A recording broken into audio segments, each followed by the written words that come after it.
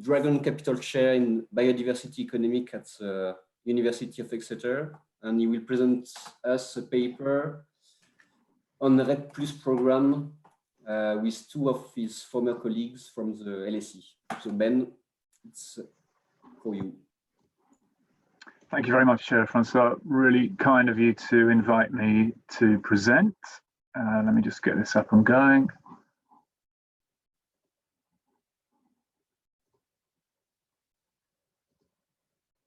Okay, am I there? Yeah, you can see that. Yeah. Okay, great. So yes, thanks very much. As Francois said, this is a paper joint with Charles Palmer and Lorenzo Sileci at the LSE, our long-standing colleagues and friends of mine. And the paper is basically looking at the 2011 moratorium on oil palm and logging concessions in Indonesia. And just to, and this seems to be kind of standard these days in economics, I'm just going to give you the results first, just in case you have to disappear.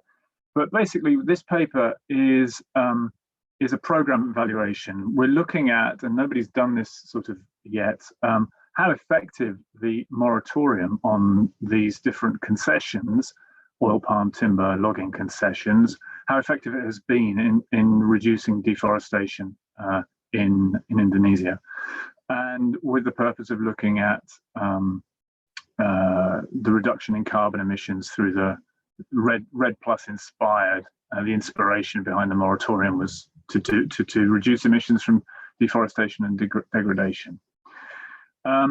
So that's what we do. We use kind of a bunch of different kind of ex-post program evaluation methods, typically matched different diff and difference in differences on the Hansen forest data, and we find the following. The moratorium has a small effect on reducing deforestation, small positive effect, against background trends of rapid deforestation in both areas. One concern might be that there are spillover effects. We find none of those, but the effects are pretty limited. So when you look at the percentage of the forested area, it's 0.9% of the forested area. That's the size of the impact there for the period, the whole period from 2011 to 2017.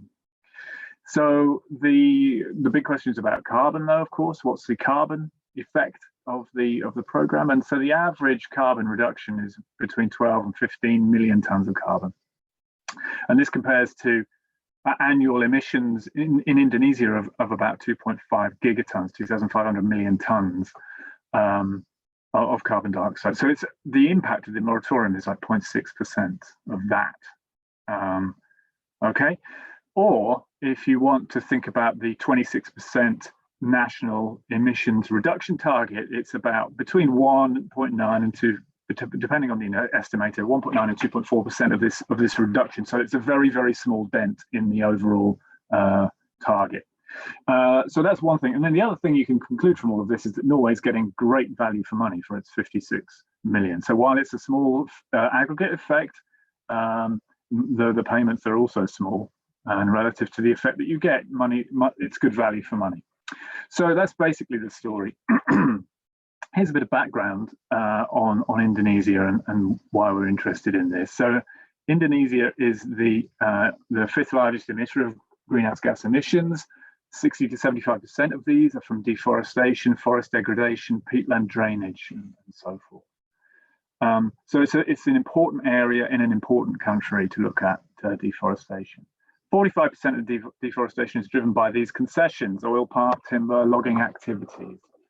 And of course, as fire is often used, so fires happen randomly, but fire is often used to clear the forests for some of these concessions. And that, of course, leads to carbon dioxide emissions. Indonesia is also interesting to look at because while deforestation decreased considerably in Brazil, I mean, notwithstanding what's happening recently, which is slightly different aberration from the trend, it was decreasing quite a lot since 2012, the deforestation in Brazil. But at the same time, this was really undone by increases in deforestation elsewhere. So the global picture was incredibly mixed there. So Indonesia is important from that perspective.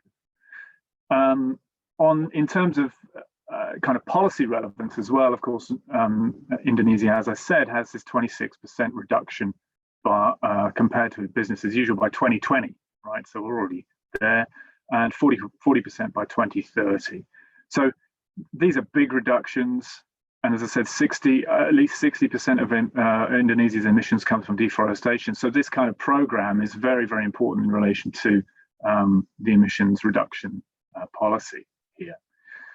Okay, let's think about the REDD Plus and Indonesia. So what I'm going to give you now is just a quick timeline of the policy, the moratorium policy. So in 2010, Norway and Indonesia. Norway has had a number of different relationships like this with different countries, for instance, in Guyana and Tanzania and so on, where they provide money, they stump up money for global public goods in relation to climate change.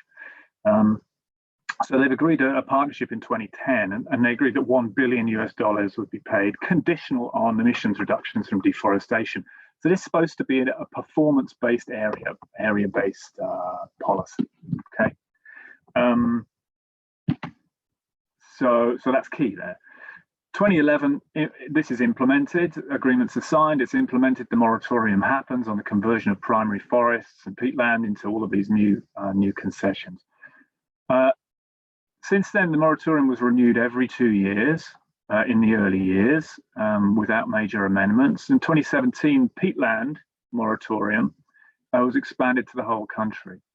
In 2018, dryland and oil palm moratoria it was extended to the whole country, and then in 2019, dryland, timber, and logging moratoriums were made permanent. So there's been a sort of a expanding and hardening of the program as it's gone along. Okay. So what this led to in the end was that in 2019, last year, that the Norwegians paid $56 million to Indonesia for some recent performance, which they measured in terms of changes in the average rates of deforestation. Very kind of back of the envelope type of calculation as far as we can make out. And then the Green Climate Fund, a separate fund altogether, made a payment of 103 million as well.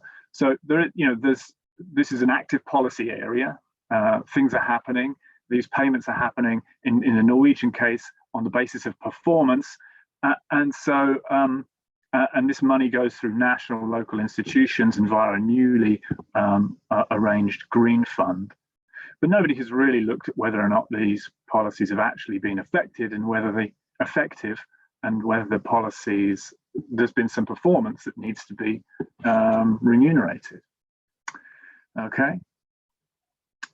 I should say that the just in case you were confused about this, I haven't been clear, is that the policy is really, it's not an incentive-based, land-based incentive policy. So people don't get remunerated and paid for their individual reforestation or stopping particular activities. It's a general payment to these through national, local institutions, which compensates for the fact, in a way, that no more concession licenses are allowed to be made, and that there is a certain amount of monitoring enforcement that comes along with preventing concessions from taking place in the moratorium area.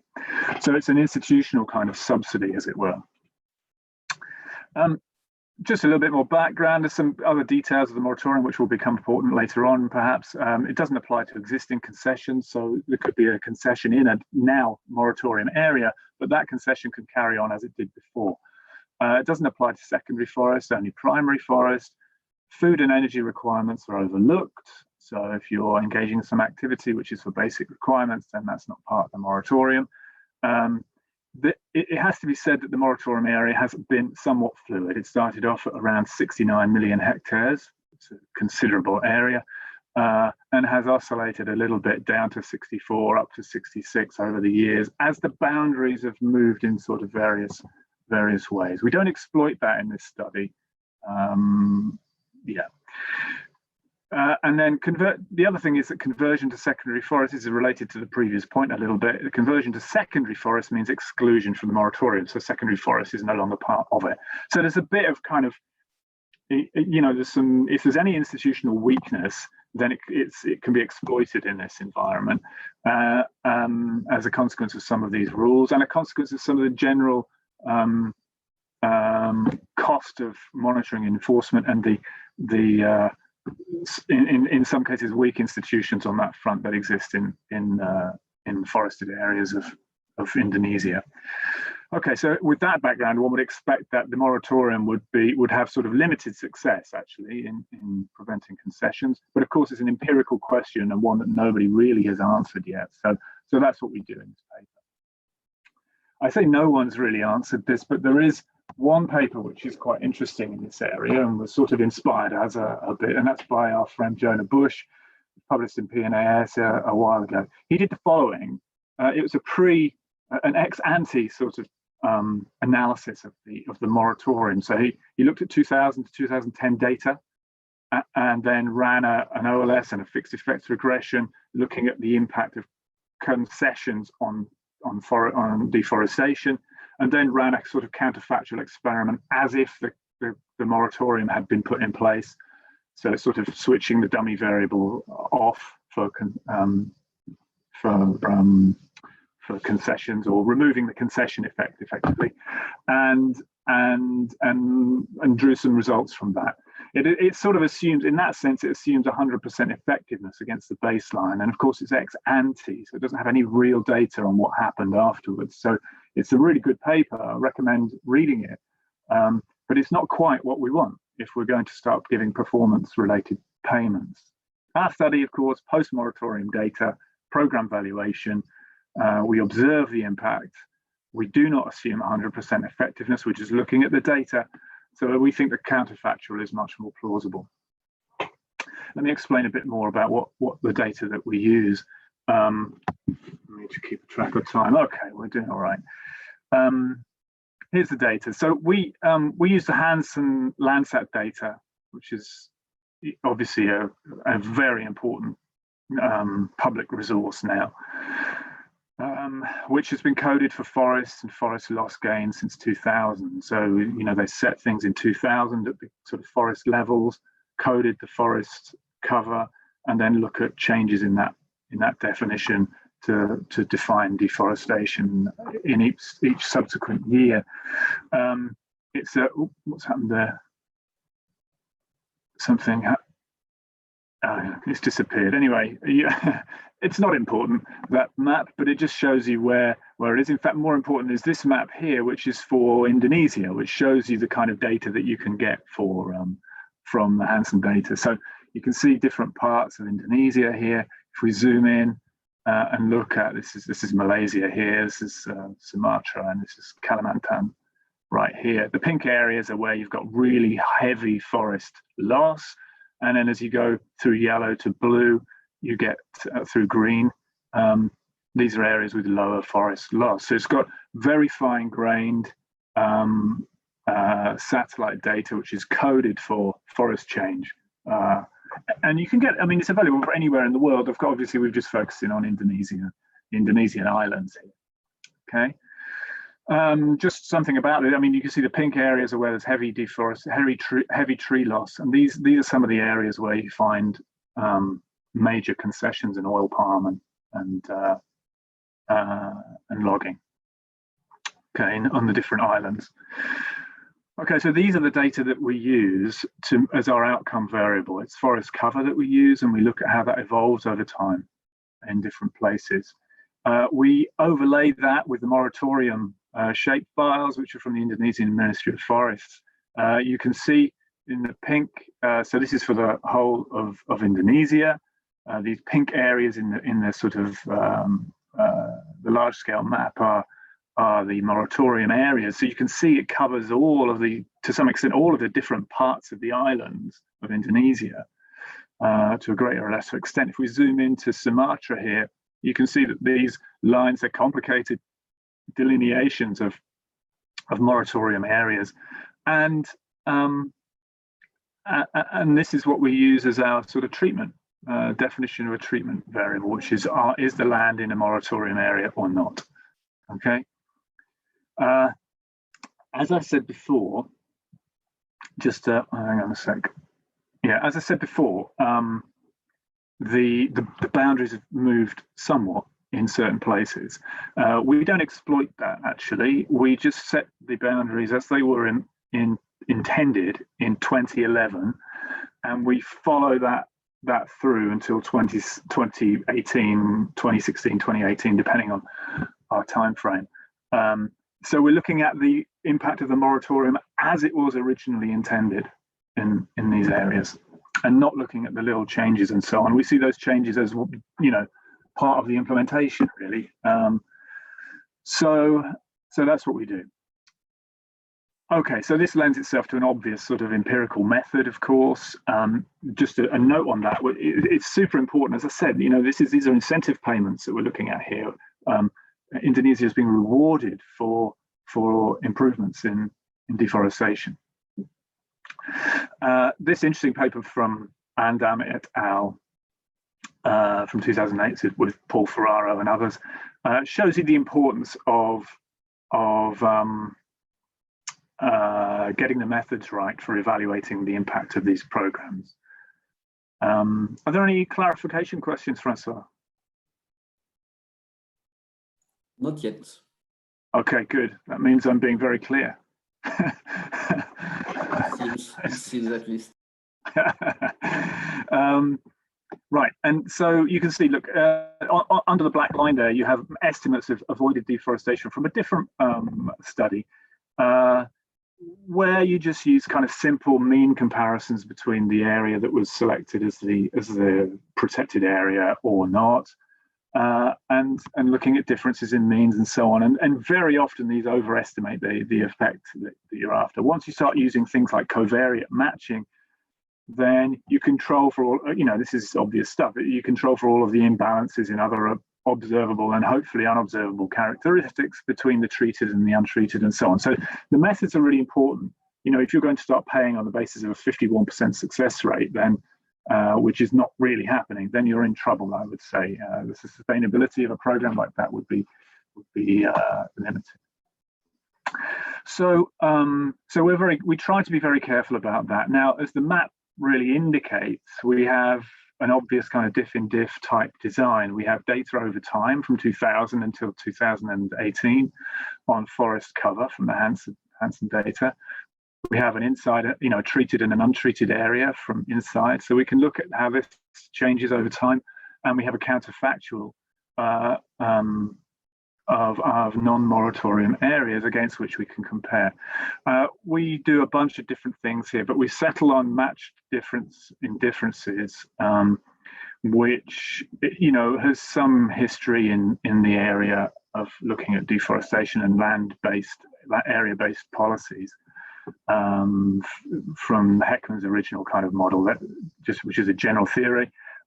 General theoretical approach, through these other papers which look at deforestation and land use. So we're looking at this, it's kind of, we look at the change in forest cover, delta FI for some matched group against some matched counterfactuals, and that would be our average treatment effect. We also use triple diffs, and the reason why I'm being spending a bit of time on this is because we use these as a placebo to test some placebo aspects of the estimator. So one thing one could do is use a triple difference. So one could use the change, take away the change in the non-moratorium from the moratorium area. That would be your diff in diff. But what if there were some other characteristics between the moratorium and the non-moratorium area which you weren't capturing in those, which appeared in your unobservables? That would be a problem. So we use a feature of the program, which is that we have concessions inside and outside the moratorium area, and of course these are unaffected by the moratorium. As I said, the rules say that concessions inside the moratorium area can carry on as before, so they should be unaffected. So if there's some difference between the moratorium and the non-moratorium area, we should be able to pick that up in these kind of placebo concession cells. So and if there is a difference, we would like to strip that out. So this is our triple difference idea. So that's one idea. And then there's which is used, you know, Heckman and Hotz use this. Revalion has a nice paper on this. And then there's a Chabet-Ferret and Subavi paper from, actually, I think it's 2015, which does a kind of temporal placebo. It does a similar kind of pre-program placebo test, and then effectively strips out any deviation in the trends which occurred before the program took place, as a way of trying to control and ensure that the parallel trends assumption fits. So we do that. We do the latter as our central estimator, and then we perform this spatial placebo on our chosen estimator through a model selection. You can read about it in the supplementary information, the appendix, just to make sure that we're not attributing some aspect, something to the program, which is actually just about fundamental differences between the moratorium and non-moratorium areas. All of which is just to say that we think we've been quite careful about trying to identify the causal effect here. Okay, all right. Here are our concessions on the inside and outside of the moratorium area. Right. We use matched difference and differences. Of course, we need to estimate. We do propensity score matching. I'm calling it a non-parametric estimator. Of course, it's semi-parametric because we estimate the propensity score. But anyhow, that's just how we've called it. This is how we do the propensity score. So you can look at kind of what we don't know here, of course, in the moratorium area is where the concessions would have been, right, had the moratorium not been there. So we need to match cells in the moratorium and non-moratorium area to control for lots of different characteristics, but also to control for the likelihood of them becoming concessions. So we control on a bunch of kind of economic data, including distance to a concession, which this map here tells you that the likelihood of conversion is a much higher closer to concessions. So the concessions are the blue areas, and then the areas around are the likely high probability of plantation expansion and so on. So we match on the basis of distance to concession. This is a matching on sort of probability of conversion, distance to roads and cities, all of these kind of economic things. And then on ecological variables as well, altitude, depth, slope, and stuff like that. Yeah. So we're trying to match grid cells, these 1 by 1.2 by 1.2 kilometer grid cells with very similar cells in the non-moratorium area. Okay, all right, and we run a logic there. So this is our empirical strategy in a nutshell. I'm getting to the results very, very quickly, but it's important to get a balance between the non-moratorium area and the moratorium area. So we strip out from our analysis anything over 1,000 meters in altitude, because classic doorbell, because those areas aren't really ripe for conversion to concessions at all. So those are kind of irrelevant for the analysis of the effectiveness of the moratorium. We look at virgin forest, by which we mean non-concession forest. We use a variety of different definitions of whether forested areas, from 30% coverage to 60% coverage. In the end, we just use an untrimmed sample to measure forest change in forest cover. And all of this sort of rules out cells which are highly unlikely to be converted. So this is even before we start doing our matching. This drops a bunch of data, but we have a lot of data. You know, we have over 400,000 observations in the end. As I said, we use matched difference in differences and matched triple differences. We do a bunch of other analysis, and I'm not going to show you the buffer stuff, but on robustness, we do the placebo tests and so on. And we look at spillovers too. One thing that can undermine this empirical exercise is if the imposition of a moratorium shifts activities to the non-moratorium area. And so we do some tests, regression discontinuity tests, which I'll show you just now to control for that. Okay, here we go, some results. Yes. You have 20 minutes. Thank you. All right, this is where I wanted to be. All right, so here are our first set of results. These are the trends in forest cover.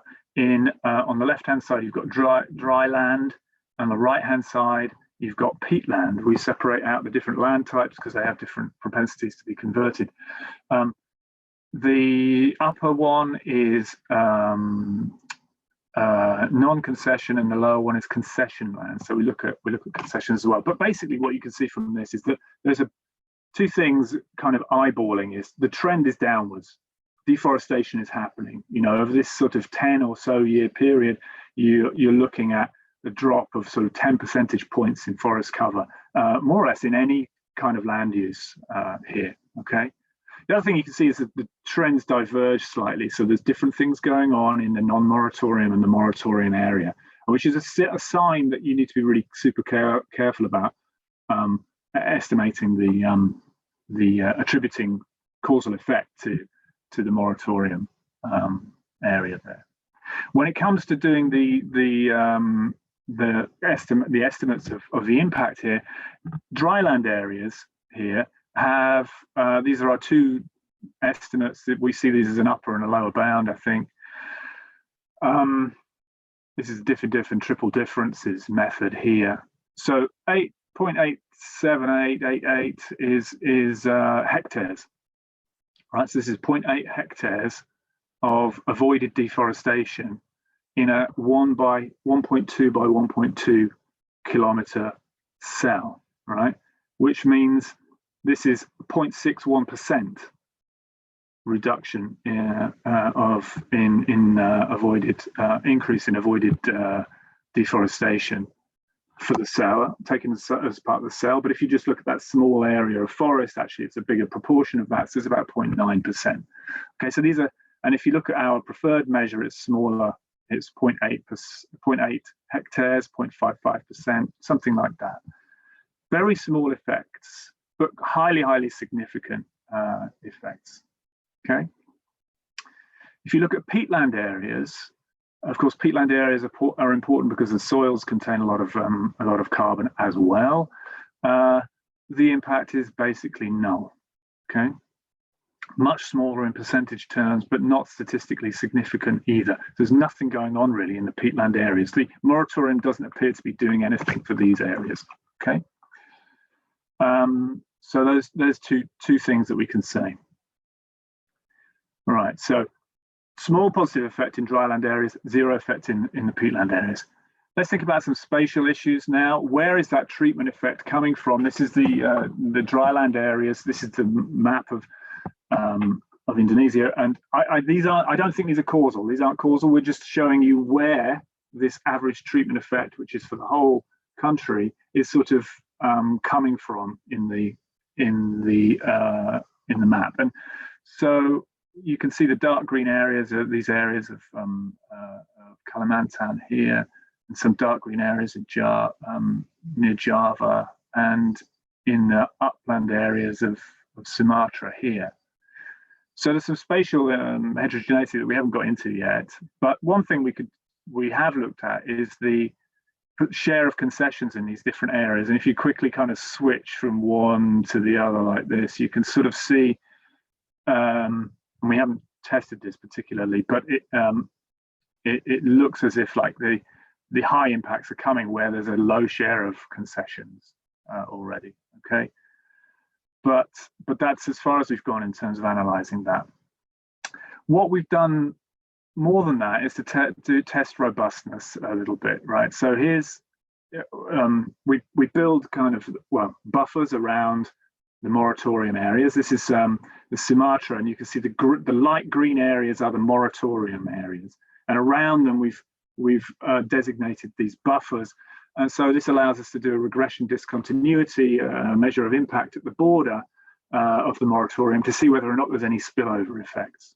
Okay, so we do a classic regression discontinuity around all of the borders of this complicated arrangement of things. What we find is that, here's the distance from the moratorium border. This is on the x-axis here is deforestation, right? So on the left-hand side, you've got the non-moratorium area. On the right-hand side, you've got the moratorium area. Yes, there's big difference in the levels of deforestation in the moratorium area. Yes, we would have expected that. There's a selection problem here. The moratorium is in areas which weren't really being deforested that much anyway.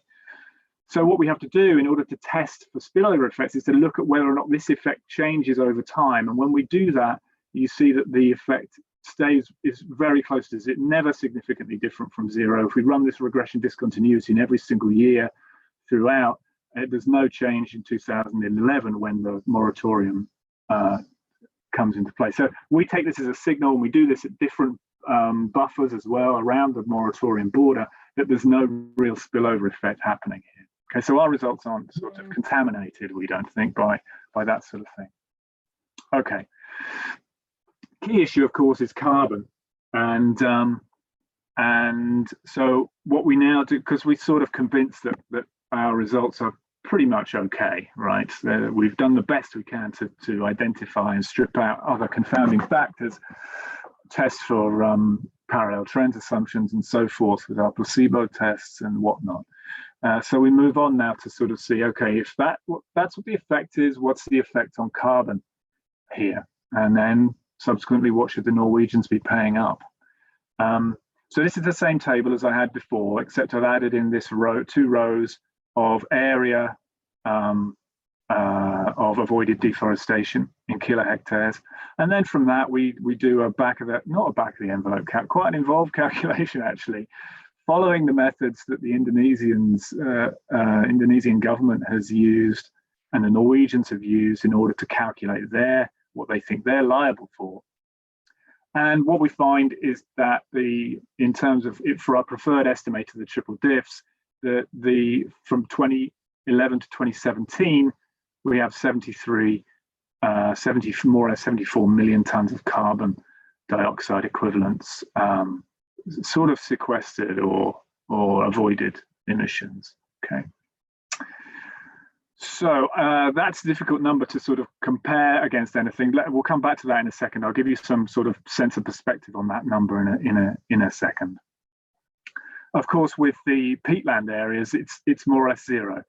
But we also do this because I told you before the kind of rules of the game changed from 2016, 2017, 2018 as more areas became permanent in the moratorium or it was expanded. We don't look at the expansions, but things institutionally changed in these years. Plus, there have been big aggregate changes in deforestation for sort of random reasons as well. So we looked at 2016, 2017, 2018. We did the calculation of avoided deforestation for those years as well. Broadly similar, increasing trend over these years. What can I say more about this? Okay, now, so that's the left-hand axis is the impact here, and the right-hand axis, which has just been calibrated so that these two columns are the same height, is the avoided deforestation in each year. So as you go through in 2016, it's around about, it's around about 60 odd million tons of carbon. As I said before, in 2017 it's around 74, and then here in 2018 it's gone up to close to 90 million tons. Okay. All right, so the effects vary depending on the time horizon you use, and of course you sort of expect that if there was any kind of positive effect, it would accumulate over time. Okay, peatland areas, as I said before, not significant effects. We go through the motions of calculating the area and the carbon anyway, even though we think these are statistically not significant and probably zero, effectively. Okay, so what's the total avoided carbon emissions from these moratorium areas in that sense? We add them up. Okay, so we've got 74 here, the 14.7 from the peatland areas, total of 88.4. If you do that as an annual, that's 12.6 million tons of carbon dioxide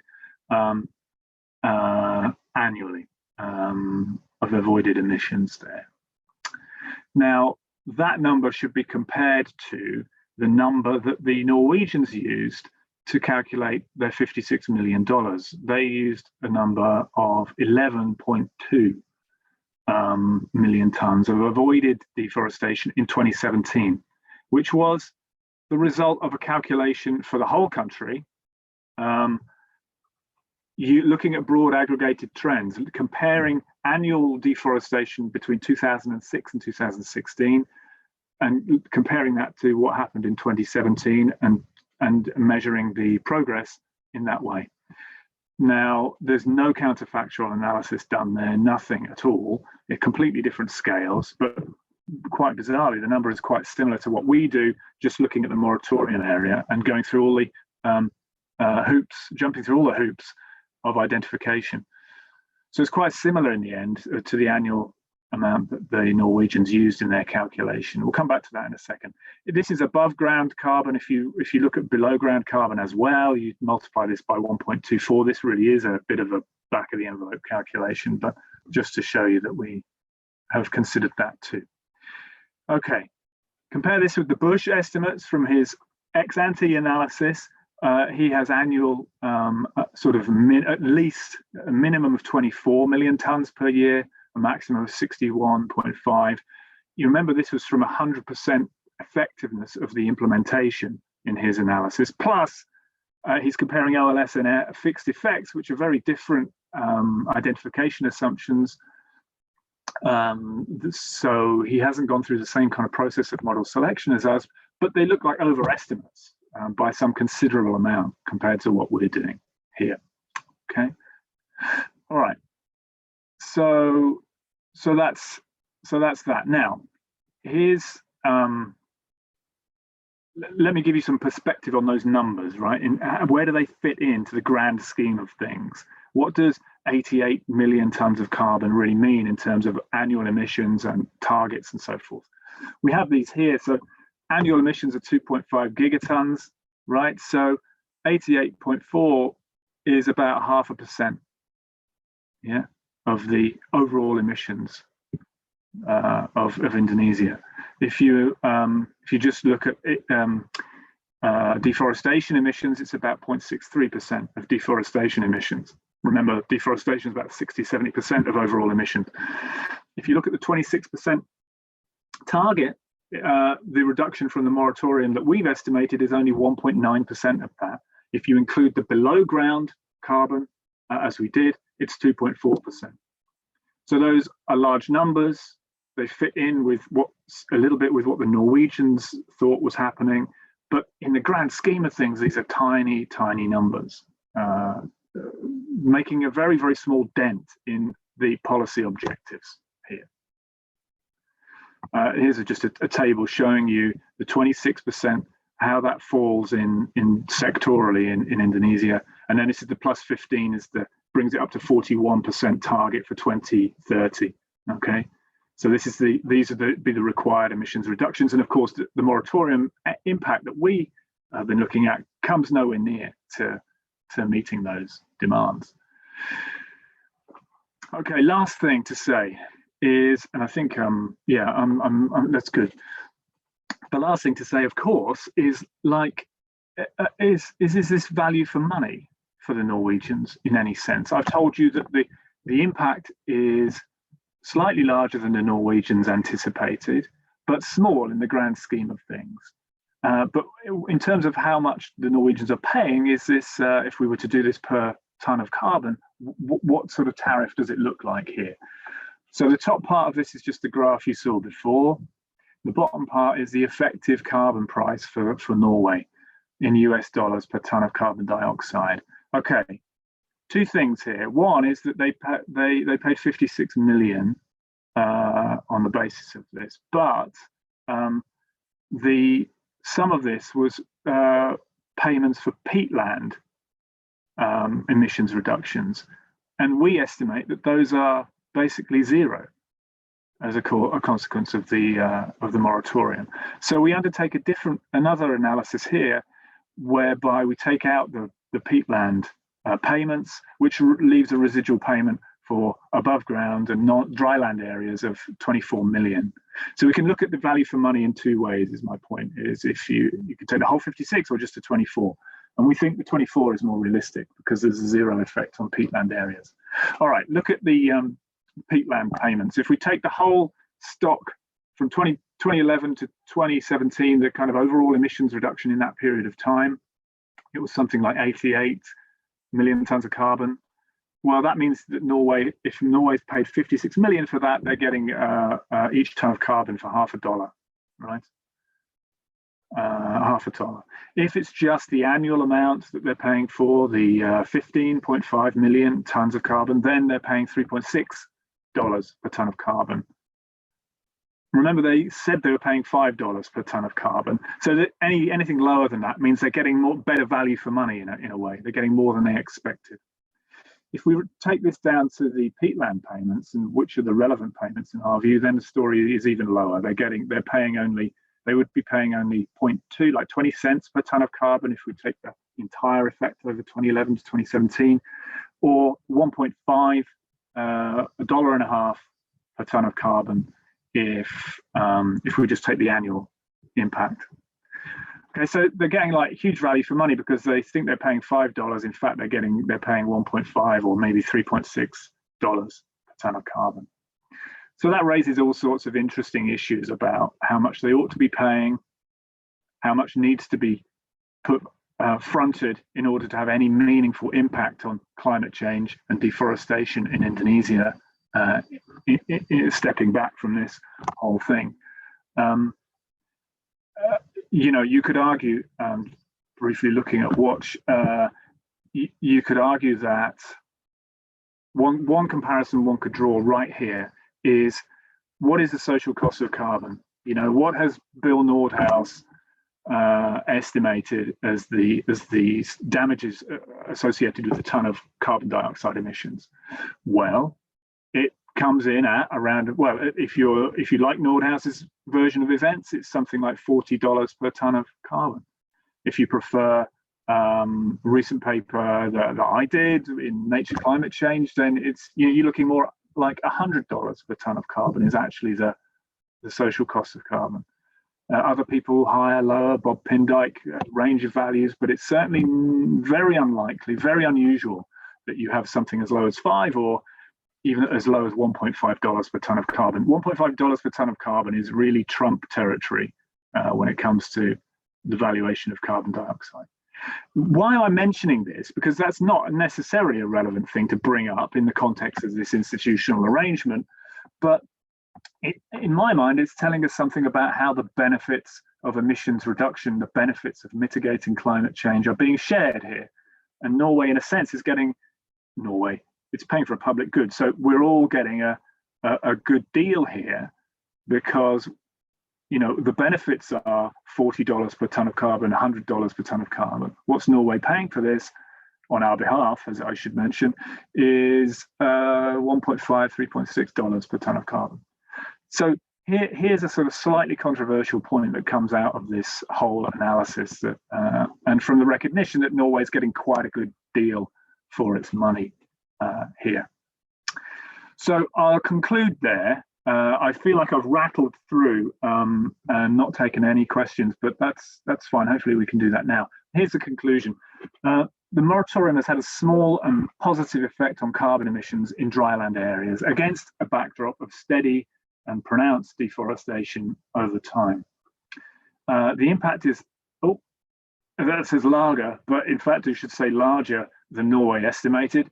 15.5 million tons per annum, compared to the 11.2 that they through their method, which is slightly opaque, I have to say, million tons per annum that they estimated. So, but this is small in aggregate terms, in terms of total emissions, in terms of the emissions reduction that has been pledged by the Indonesian government. So another point that comes from all of this is that, yes, Norway's getting a good deal. Yes, the world is getting a good deal from such payments at the margin here. But in order to have any meaningful impact on climate change, huge amounts of money, much larger amounts of money and efforts are going to have to be made in this area. Okay, so Norway just paid, if it paid 56 million, then it's getting it's paying $3.6 per ton of carbon. Maybe it's only paying $0.50 per ton of carbon if we think about the stock that happened, the reduction that happened since 2011, according to our estimates. So more finance, reducing emissions in this way it requires billions of US dollars and not millions of US dollars. And we wouldn't be the first to say that. This is, well said in the Stern review many years ago and in subsequent Stern-related reports. Also, the COP15, the Copenhagen Conference of Parties, when people pledged 100 billion per year in the Green Fund, those were that's the kind of money that you're going to need in order to solve, to try and solve and mitigate climate change through REDD+ type schemes. Thank you very much for your attention. I'll leave it just there. Thank you, Ben. Right on time. So there have been quite a lot of questions just at the end of your talk, and Charles Palmer start to answer to it. So I name is not now allowed to speak also if he wants. And Charles already answered to that. Shall I have it? Is it in the chat? Is it? It's a Q&A question. So there is two questions from Bashak that have not been answered by Charles. First one is, do you take into account the heterogeneity between the opportunity cost of deforestation between the different zones, different districts, for your matching? Yeah, so this is what Charlie has answered in this in his point here. No, I mean, this is like this is very reduced form, so we're not taking into account that at all. I guess we see that as a sort of part of the implementation there, and the decision on sort of the broad decision on opportunity costs has been made. I'm not getting out of this. I'm just saying that actually the designation of the moratorium area will, to some extent, reflect opportunity costs. There would have been some negotiation there. But no, we don't build that into the analysis. It would be great if we could do something more fine-grained on that level. Thanks, Ben. I think on this idea of additional variable, you have many suggestions on political turnovers, secondary forest versus primary forest, but all of them have been answered by Charles. Raja, yeah, that's a great question. The political turnover question, and again, so this is a very. I'm really not trying to get out of this, but this is a very reduced form. So whatever happens in these areas, it happens, and we're just picking up the sort of residual effect of that. I suppose we could look at. We have obviously thought about thinking through the electoral cycles, our Burgess and so on, and we do have district level data, and we could probably match those in. So I think that's for future work. But at the moment, the closest we get to that is by looking at the kind of district level effects and so on. But we haven't attributed those to any political variables. But it's a really good point. All I can say is that we're just picking up the kind of net effect of all of these underlying political economy and land use decisions and enforcement and all this variability enforcement, even the kind of slight changes in the borders here and there. Our effect is a sort of net of all of that. And I think we're fine with that because that's our research question. We're really just interested in what's the net effect of this. In terms of mechanisms, of course, we'd be really interested in finding more about that because, of course, that says something more sort of, it says something policy relevant of a different nature. Sort of start saying, well, what can we do to improve this efficacy? So that point's well taken, and thanks for raising it. So there are two comments on spillovers.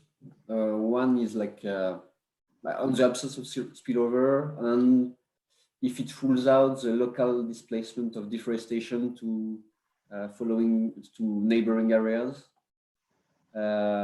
So I think there are people would be interested to know more about this absence of spillover. Yeah. So I see Ord Board has also a question about that, and yeah, that's interesting. Okay, so there's two parts to this, isn't there? There's like, yeah, okay. So I'm just scanning through to make sure I get everything here. Right. So I think the question about, so firstly, the surprise at the absence of spillovers, which I think it's an interesting point. I'm not sure what our prior was in relation to that, because if you look at the discontinuity there, you can see that on average there's a big distinction between the moratorium area and the non-moratorium areas. There's much higher levels of deforestation in the non-moratorium area. So you can see that this is a selection of, this is the endogeneity of that location of the moratorium in action here. You can sort of see it. So in a sense, the line has been drawn where at a point where you wouldn't expect any concessions really to take place. So maybe the spillover effect, there not being there is reflecting that, so reflecting the kind of real endogeneity of the location of the moratorium.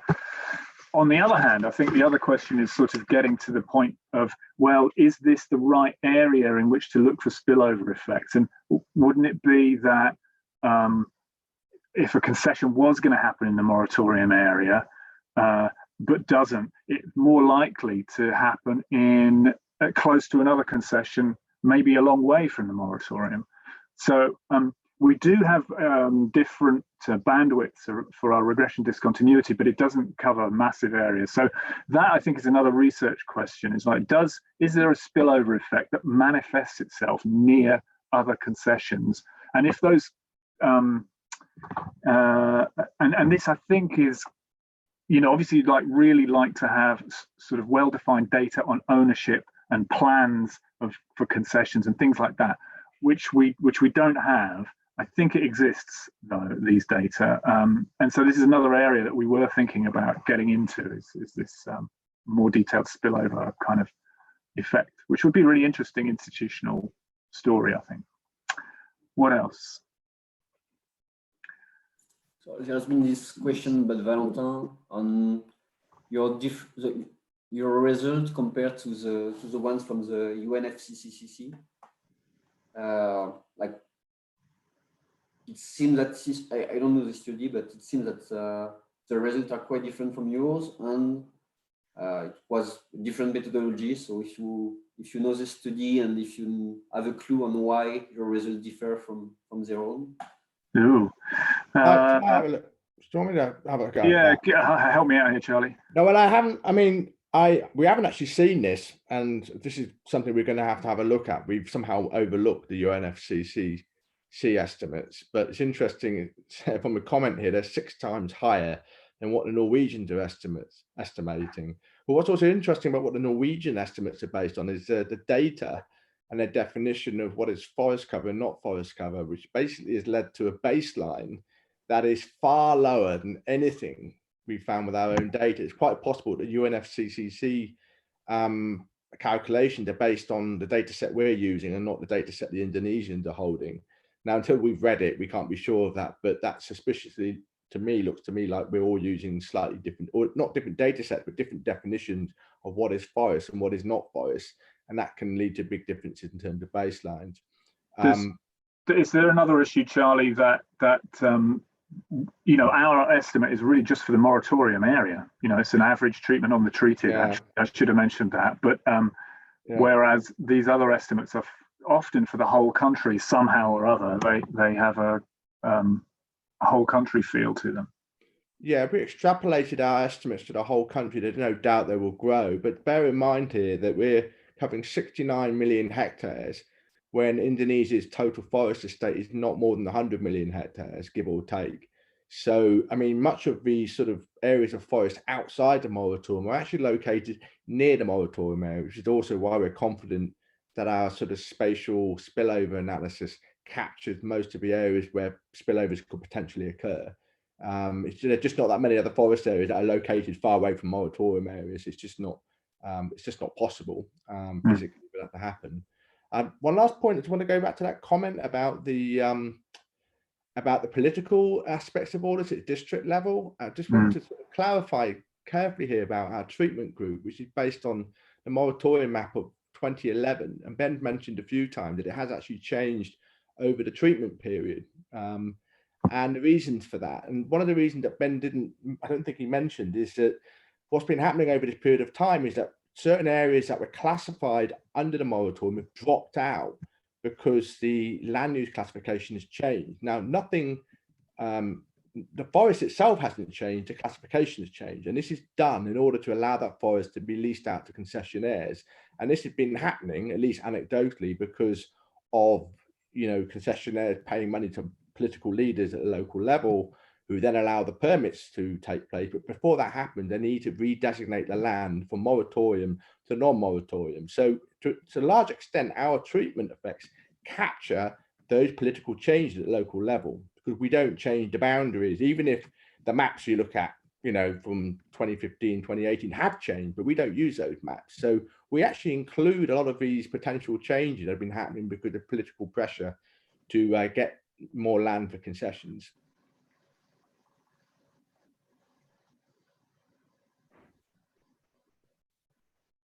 Is there any more questions? There's a good one here. Again, there's lots of really great questions here. So hopefully, Francois, we can we get a copy of the questions and so on, because there's some really good stuff here. There's one at the end here from Valentin Guy, something like that, which is about, it'd be interesting to see whether the effect of the moratorium is rather taken down by illegal deforestation occurring outside any concession, and deforestation occurring in new concessions established in spite of the moratorium. So that's a really good question, and of course we don't have data on new concessions which have been established in spite of the moratorium, but we have looked at the deforestation occurring outside any concession. So we looked at the impact, because we had a similar thought about all of this related to what I was saying before, and we looked at we did the treatment effect on the basis of proximity to the concession. Our prior there was that would have a stronger effect the closer you were to the concession, because those are the places precisely where you would have otherwise have seen concessions. But it doesn't pan out that way at all. In fact, the treatment effect is coming from areas away from the concession areas. So it's sort of the reverse of that, which suggests that it's the illegal deforestation in general which has been hampered by the moratorium. Now, all of these questions are talking to mechanisms, and of course for us that's the next step here, is to sort of try and pin down what it is, and these little reduced form exercises that we're doing give us some information about what that might be, but obviously we need more specific data to answer some of these really smart questions. Ben, just don't mean to cut you off, but with respect to this question, especially the illegal deforestation, I mean, anything that's inside the moratorium after 2011, outside of concessions, will be illegal deforestation. So basically, if the effect of the moratorium is taken down by illegal deforestation, that's actually why we observed such a small effect. So I think that question actually speaks to our research design in a sense. To be careful about this term illegal. I mean, yeah, non-sanctioned, I'm gonna say. I mean, well, yeah, but also, areas that are no longer part of the moratorium but were part of the moratorium map in 2011, it's legal. Those permits are entirely legal. But the thing for us is that they go against the spirit of the moratorium as it was originally conceived in 2011. So we're not calling it illegal. It's perfectly legal, but it's probably not what was intended when it was originally established, right? So I think that was the reason why we set our treatment group as of 2011 and didn't change, try to follow the trajectory of the boundary changes over time. Well, thank you, Ben and Charles and Lorenzo, for your answers and your interesting presentation. We are just in time for the end of the talk. We'll find a way, Ben, to send you all the questions. Thanks a lot, and I think it was the last talk for 2020. And the next one is Marco Percoco from Bocconi University, and it will be the 5th of January. I don't have the title yet, but surely it will be interesting. Yeah. Thanks again. Thanks very much for all the brilliant questions. Really nice. Thanks, yeah, thank you. everybody. We hope you an happy Christmas, and we hope to see you again on the 5th of January next year. Thanks a lot. Au revoir. Thank you. Thanks a lot. Well, Thanks for the opportunity. Is that it, Francois? Does it just sort of end there? Do we get cut off? I think we will get cut off in 5 minutes. So if you want to have 5 like minutes. Yeah. small Okay. talk with Yeah, let's do that just quickly. I've actually cut and pasted the questions there. So Where did you have them? Frédéric. Oui, je vais les copier. Hein. Okay, so we'll send it to you. Yeah. really helpful. Okay. Okay. Also, have a nice day. And Thank you, a Frederick, Nice afternoon. Yeah, thank you for sorting everything out. Okay. Right. It was a pleasure. Have a Bye-bye. nice afternoon. Bye-bye. Bye. Good. Francois, everything okay with that? Teams, yeah. And yeah, you have our email. So if you need something, if you want everything Yeah, is it's- recorded, then yeah. Right, it's Cool. gonna be great to have that. Actually, my Q&A reset when I was made a panelist, so I couldn't see the Q&A anymore. Boy, it was bad. It's all good. I think there's some good stuff there. I've copied and pasted it anyway, so Yeah, we should be sure. fine. Yeah, Yeah. should be No, I fine. copy and paste there. Super. All right. Charlie and Lorenzo, let's have a meeting after this and Yeah. debrief, shall we? Yeah. Sure. Thanks again. All right. Keep in Yes. touch, Bye-bye. Francois. Bye-bye. See you soon. Thank you, Au guys. revoir. Bye Have a bye. great way. Shall we have a separate call? Yeah, it's just a separate call. Yeah. Sweet. See you, Frederick. See you. Bye-bye. Bye.